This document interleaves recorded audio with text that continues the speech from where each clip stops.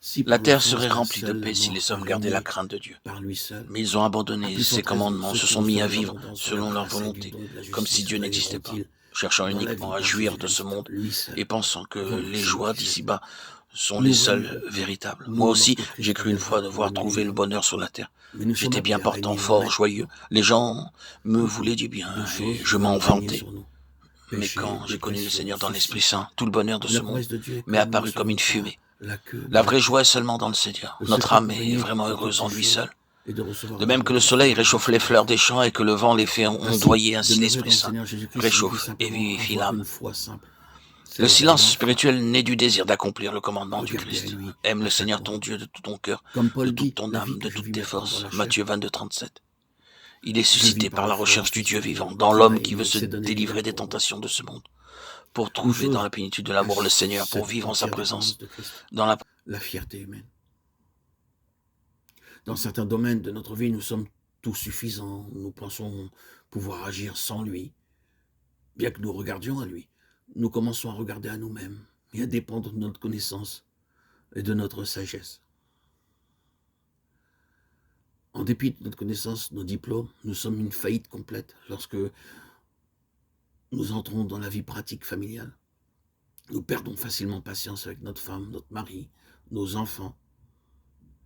Quelle est l'utilité de toute la connaissance accumulée dans notre tête si nous ne pouvons pas vivre en harmonie avec nos enfants, notre mari, notre femme? Nous n'avons pas d'amour parce que nous dépendons de notre connaissance cérébrale plus que sur lui. C'est l'orgueil humain. C'est pourquoi Jésus a pris l'exemple d'un enfant. À moins que nous devenions comme un enfant, en d'autres termes, que nous devenions humbles, nous ne pouvons pas entrer dans le royaume des cieux. Jésus-Christ apporta l'objet de la leçon en se référant à un enfant qui montre son entière dépendance à l'égard de ses parents. L'enfant ne peut rien faire de son propre fond. Pour chaque chose, il regarde à ses parents. La même vérité est exposée quand Jésus dit « En dehors de moi, vous ne pouvez rien faire ». La simple leçon sous-jacente est que nous devons dire toutes les fois « Seigneur, je ne peux pas, mais toi, tu peux ».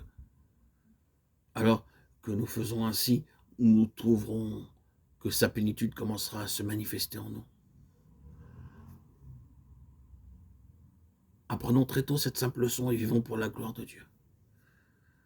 La seconde chose est dépendre de Dieu, non seulement par l'appropriation de la foi, mais par l'obéissance de la foi.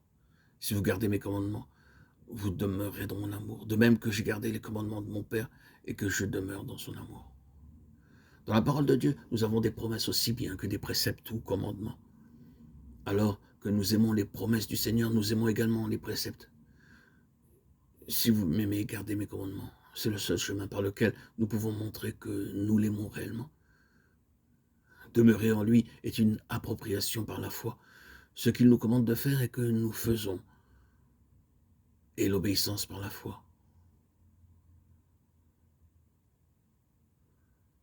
Le fruit sera évident dans nos vies. En agissant ainsi, Dieu nous encouragera à marcher dans sa plénitude,